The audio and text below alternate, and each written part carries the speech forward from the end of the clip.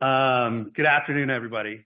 I want to discuss with you LiveWorld. We are a social-first digital agency. I'm David Houston, the Chief Financial Officer at LiveWorld, and I want to thank all of you for coming and meeting with me here today at the Planet MicroCap Las Vegas event.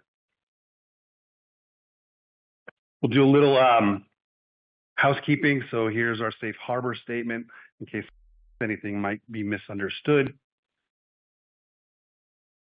And then let's give you sort of an overview of the business. In the next few slides, what I'll share with you is what the business is, who we are, who we work with, and what the results of that work has been. So LiveWorld is a full-service digital agency with deep creative technology, social media, and compliance expertise. Essentially, we create digital marketing campaigns for our Fortune 500 clients and manage their social media presence. Our focus is creating emotional connections that build brand customer relationships to meet our clients' objectives in marketing, customer support, and healthcare outcomes. So what does that mean? What do we actually really do? So there's three main components of our business. First being creative. This is where we get paid to produce digital marketing campaigns for our clients, which is about 20% of our business and comprises the items listed here and reflects our recent expansion into being a full-service digital agency. Second key component is moderation and engagement. This is about 70% of our business. It's a high-margin annuity revenue stream where we manage user content on social media platforms for our clients. And this can include adverse events for pharmacy companies, keeping social media pages clean of bad content, and interacting with the customers to build and drive sales. And the third component is technology. We also get paid to provide the SaaS platform, which either we or our clients manage that user-generated content, as well as making apps for digital marketing campaigns. And this is about 10% of our total business. So who do we do it for? More than anything else, LiveWorld's value, day-to-day or long-term, is reflected in the longevity of our relationships with our clients. 17 years with American Express, 14 years with Pfizer, over 10 years with Zoetis, Bristol Myers, and FedEx. Today, we are working with 72 brands across 22 clients. We have a strong position in healthcare. As I said, we're working with 72 brands across 22 clients. That's managing over 350 healthcare properties and delivering over 90,000 hours a year of healthcare moderation and engagement. So what's our business model? Our business model is very much focused on value. We create enough value for our clients that they're willing to pay us more than it costs us to actually do the work.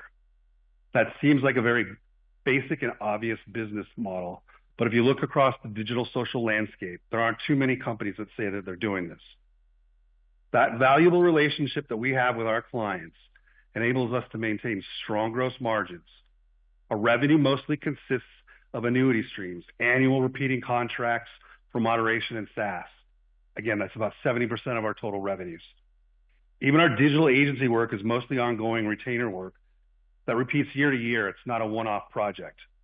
This agency work creates a strategic relationship with our client. Then this enables us to pull in that moderation and SaaS contracts that have even higher gross margin and more annuity-like. We also have scale, particularly in our moderation services and our SaaS. A few years ago, we made the conscious decision to go after a single vertical market, specifically healthcare. This, combined with our unique solution set, has propelled our growth, with healthcare now making up approximately 90% of our total revenues. Currently, we work with the top pharma companies that I just showed you and a major pharmacy chain in the United States. We believe that additional work from our current clients and adding new clients in pharma can support our growth for years to come. And then we can look at other sort of verticals, such as financial services and CPG. So let's dive a little bit deeper into the sort of the business solutions. Again, there's three components here. Our solution set is comprised of three components, which, when if they stand alone, create value for our clients, but combined, bring our clients even more value. Again, these are the creative, moderation, and technology. Now, one company provides all of these is sort of unique. Creative, which takes the form of the digital marketing campaign, is the inspirational call to action for audiences and sets the context for our moderation and technology parts of the solution. A critical dynamic in healthcare is these companies need to be compliant with different regulations, and this has held many companies back from being innovative just when the market is demanding more customer-centric marketing. Now, we bring a different approach with talent and expertise that allows us to be creative and compliant. Creative and associated strategy work places us at the heart of the company's business. Moderation. So this is our moderation. This is where our agents, supported by our technology, protect the brand by reviewing and removing problem content. For healthcare, this is the core of their compliance. Now, with creative as the foundation, moderation actually sparks that conversation that builds the relationship. From this, we can also gain insights and ideas to our creative and strategy teams. Key component here for us is going to be adverse events. Excuse me. Moderation is a fundamental for pharmacy companies. They simply can't operate in a social media setting if they don't have it. They live in a regulatory environment set by the FDA that requires that all adverse events that they come across are tracked and reported. A typical adverse event would be somebody taking their medication as prescribed, somebody taking the medication off-label, or using something completely off-label, mixing it with some other drugs. An example might be that I took my medication as prescribed, and then I see that I'm dizzy and I'm seeing giant purple dinosaurs. Well, if I go over to one of my internet machines and I go to their Instagram page and say, hey, I'm dizzy and I'm seeing giant purple dinosaurs, they can't ignore that. The CPG can ignore that, but a pharma company can't ignore that. So what they have to do is they have to mark this, they have to track this, and they have to escalate this up to the FDA and mitigate the risk associated with it. Many cases within 24 hours. So if a company doesn't do this and they get a letter from the FDA, this could quickly lead to a total shutdown of that drug. That's sort of the foothold there. Now, our technology enriches these connections and enables us to scale the moderation, our customer experience, and the compliance aspects of our programs. First, we license our platform for the moderation and engagement, and secondarily, we build bots and apps for our digital marketing campaign. Now let's talk about the market opportunity for us. So this is a slide that I show you that says the market's really, really big. The market's really, really big. It's $30 billion in the last report that we received, about $16 billion in healthcare-related marketing for pharmaceutical companies and $2 billion for device companies. Our marketing experts are telling us there are approximately 3,000 pharma companies and 1,600 device companies that we can be working with right now. As I said before, we're working with 22 clients across 72 brands. So now let's take a look at sort of the healthcare-related revenues for LiveWorld over the past few years. You can see that we've grown it from about $7.1 million in 2020 up to just over $10 million this last year. It's important to note that this growth is not coming from just new client acquisition, but we're growing our existing clients as well. So how do we do that? So our revenue grows in stages typically. Generally, it starts with a small sell-in, could be a creative project, a moderation project, maybe a tech licensing deal. And this could be anywhere between $25,000 and maybe $100,000 for an annual contract. We then have the opportunity to upsell or cross-sell, right? So if we have the opportunity to work on a creative RFP, we can then cross-sell our moderation or offer them a license to the platform for moderation services. Or if we're doing moderations, we can then sell back the creative services. As our programs grow and do well, they'll expand with us as well, adding more social media pages for us to moderate, more seats for the SaaS software licensing, and bigger creative deals for us. And finally, once we are in sort of a large corporation, another key revenue driver is going to be more brands, crossing outside of the current brand that we're working with and adding more. This can add $150,000 to $1 million in a given year. So let me give you a concrete example. We began with AbbVie. We were moderating a few of their social media pages. And then we added some more channels like Instagram, things like that. Then we added countries. So we went outside of the United States. We're doing other country languages. Then we added additional brands such as Allergan when AbbVie acquired them. So with that relationship and that track record, we were able to pitch and win creative digital work for one of the brands that we were moderating. This in turn gave us the opportunity and the credentials to win creative work from other groups that we were doing moderation for as well. So over the last few years, AbbVie's grown from a few $100,000 to millions of dollars a year for us. Let's talk a little bit about the financials of the company. So before I go into that, I would recommend that you guys go to our IR page and download our quarterly reports and annual reports. We go into much more detail there as far as the backing of the numbers. First and foremost, we are a pink sheet company, so I want to be transparent about that. We're compliant with 15C211, so we are freely tradable. You can see our ticker is LVWD, and then our trading range has been between 10 cents and 27 cents in the last year. So here's sort of the top line financials for the company over the last few years. You can see that our top line revenue grew about 16% from 2019 to 2020. Then it grew from 18% from 2020 to 2021, and then 11% from 21 to 22. And then it drops off to about 3% this past year. We've also maintained healthy profit levels. And importantly, our cash has grown every year from a low of $730,000 to $4.6 million at the end of the last year. We've not raised any capital in any stages here. So what's this tell you about our company? Well, we're not desperate. We don't need to, and we have no plans to raise any capital, especially with a depressed stock price. We're a value play, we think. And if you're a value investor, I hope I have your attention. Now, I touched a little bit about the growth, and we've seen growth in all our solution areas: creative, moderation, and technology.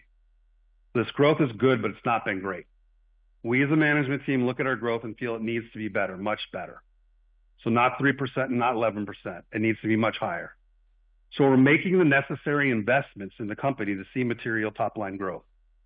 These investments will impact the profitability of the company this year, and we expect to see a loss. So what are we doing?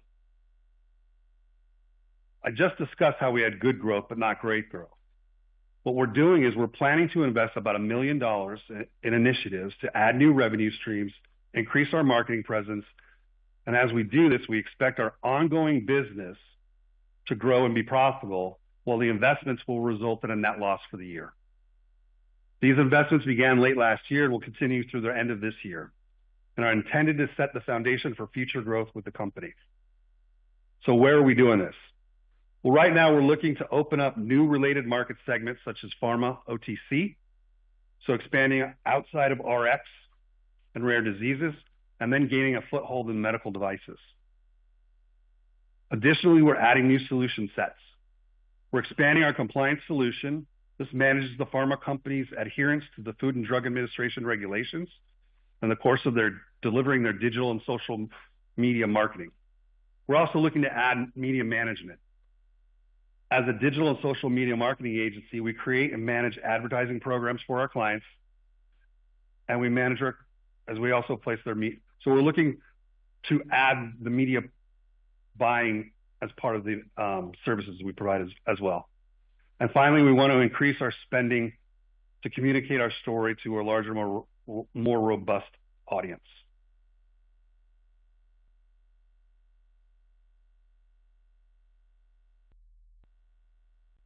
So let's talk a little about shareholder value and valuation.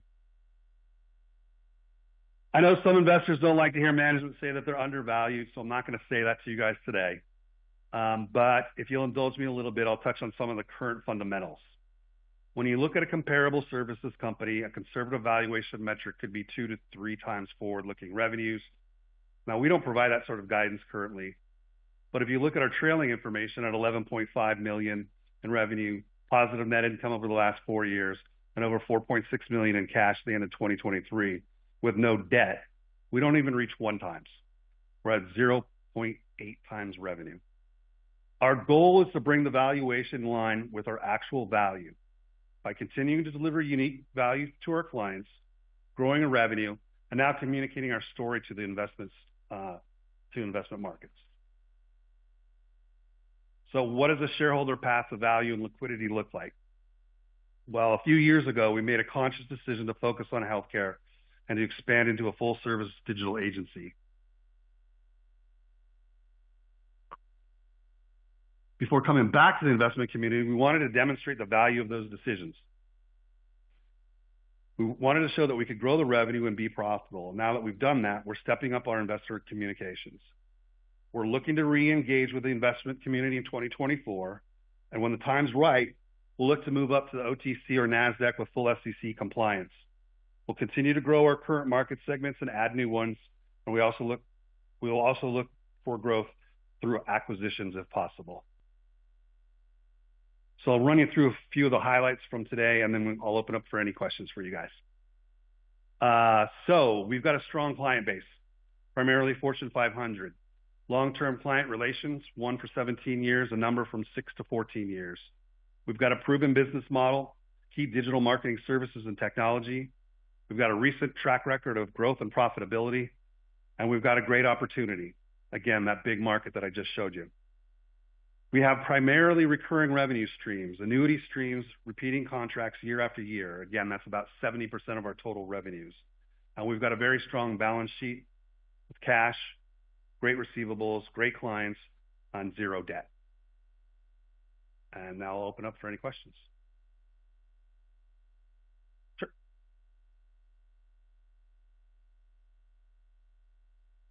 Yep. Nope, we're using $1 million out of the 4.6 that we have. No, no.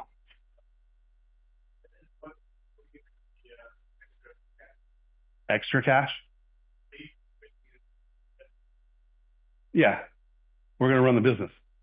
I mean, $3.6 million is not. I don't consider that extra. It's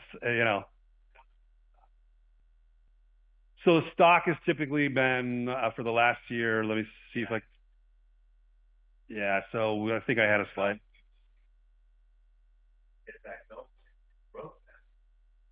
Well, we're looking for a couple of things. We're looking for growth, but we're also, yes, we need to get that moving because it's been stuck. It's been stuck at about 17 cents for the last.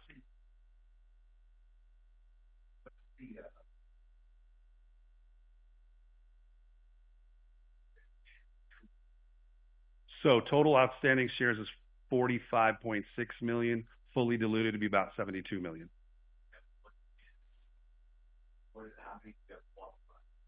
100 million.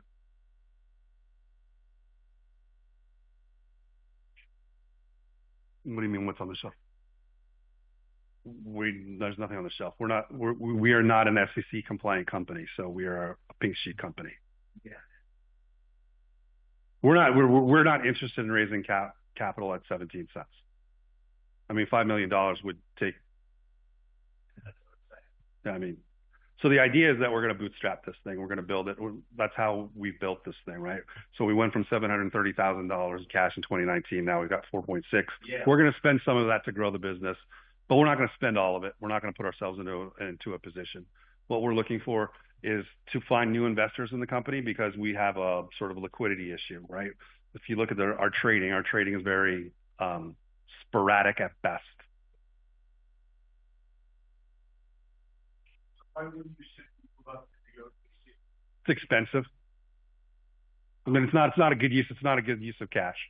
It's $1 million to be an audited company, right? You got three quarters that you have to have reviewed. You've got an annual report. Then you've got all the other SEC filings that you have to do. So you're looking at audit fees. You're looking at massive increase in legal fees. I don't know what your lawyers cost, but my lawyers are crazy. And so we're just looking at that and saying $1 million at $12 to $15 million. That's too high of a percentage of our income going to giving somebody a rubber stamp of our financials right now. Because our stock price is 17 cents and we feel that's a very depressed price. Well, that's why I'm here.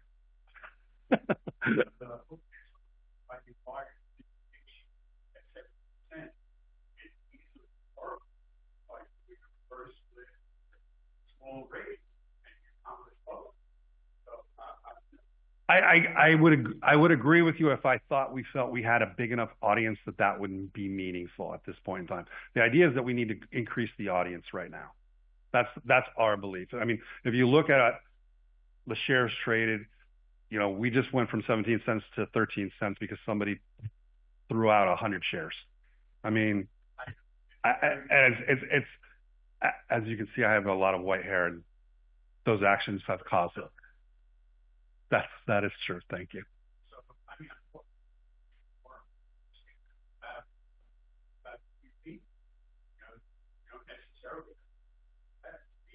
You still have to be audited. Well, as I just said, the audit costs about $1 million. We're stuck in that quagmire. Absolutely. The company. So the history of the company went public in 1999. Yeah. So to go private, it's sort of like it's too small. Private equity is like going, I don't care because even if I get 1,000% return on it, no one's going to care. I need to. I'm stuck in the middle. You got to make sure.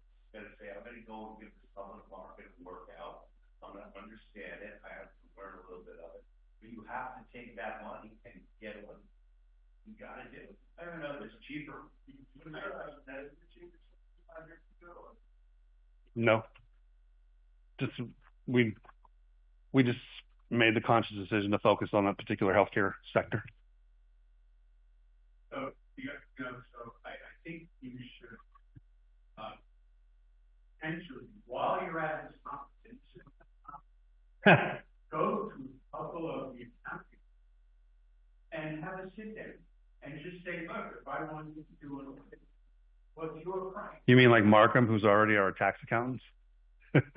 I've had these conversations, and I have a guy at Markham up in San Francisco that we work with, and we've discussed it, and he and I, well, Markham's not going to actually come out and say it, but we both kind of agree at this 11-12 million, we need to grow. We should be able to grow the business faster, and then make that step. That's sort of what we're looking at, is getting growth, getting that momentum, and then making that step as we move forward.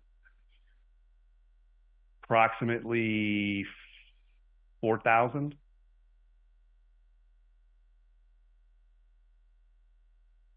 There are a number of legacy investors. The other side of the question that I think you're about to ask me is that about 65% of the company is owned by 20 people. So about 35% is owned by a number of people, most of whom either don't know they own the shares, or they forgot about the shares, or that's just sort of sitting in their portfolio and they don't even pay attention to it.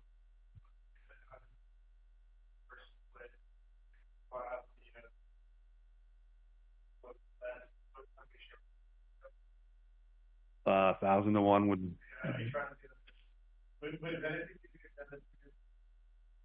No, not for us. I mean, we're not at a size where the SEC would command us to do audited financials because we don't have enough shareholders. So 300 doesn't matter for us at this point in time. Yeah. Anybody come after you? I know it's closely held, so you can probably file. No. We've been under the radar for a little bit, so that's why we're here. This is to sort of dip our toe in the investor community and see what's happened. Asking you questions, so I'm happy to answer all of them. I'll take all your cards.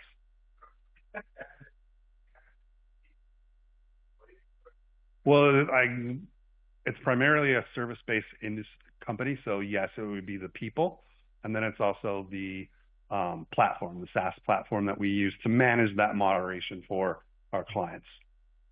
So the concept of moderation is, as I said, somebody goes online, puts a comment, on, I'll just say, Pfizer was on our list. So puts a comment on Pfizer about, hey, your vaccine is horrible.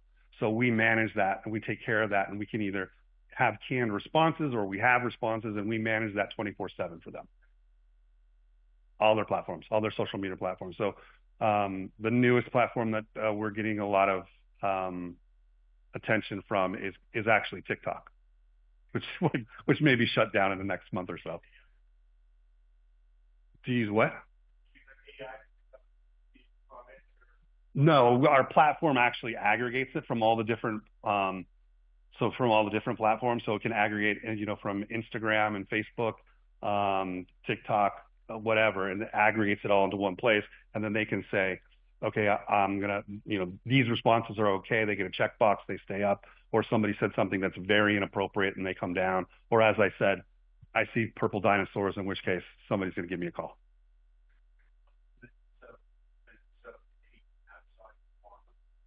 Sure. I mean, it lends itself to anybody who's in a social media platform and wants to manage the content that's there. So as I said, on pharma, because of AEs, because they have to respond and they have to take care of these things, they have to have 24/7 coverage versus Nordstrom's or, name your packaged goods. They could say, okay, I'm going to answer these things, or I don't care what they say. They can say whatever they want.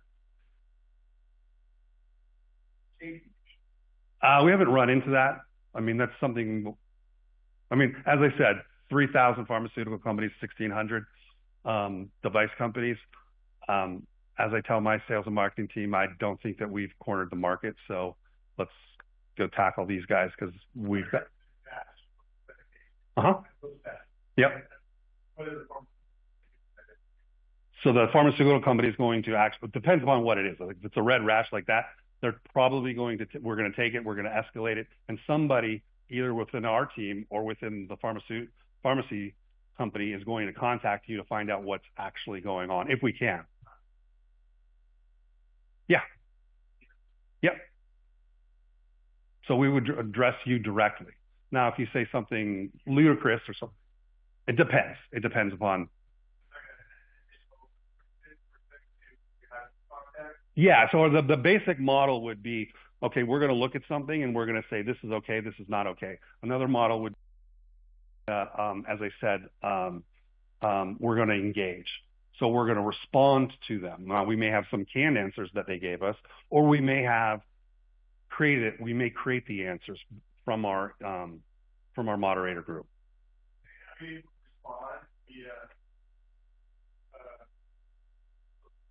Yeah. We can comment directly back to the individual, yes. Off the top of my head, I don't know, but it would typically probably be from the client, from our client to their consumer. They wouldn't know our name. Yep. We're sort of a white label. Yeah. Sure.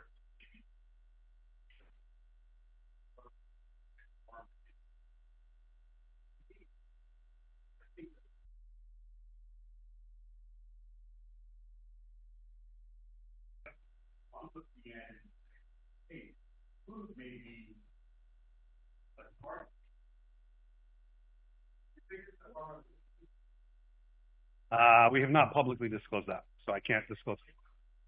Yes. I think I'm done, but I'm happy to take more questions about that.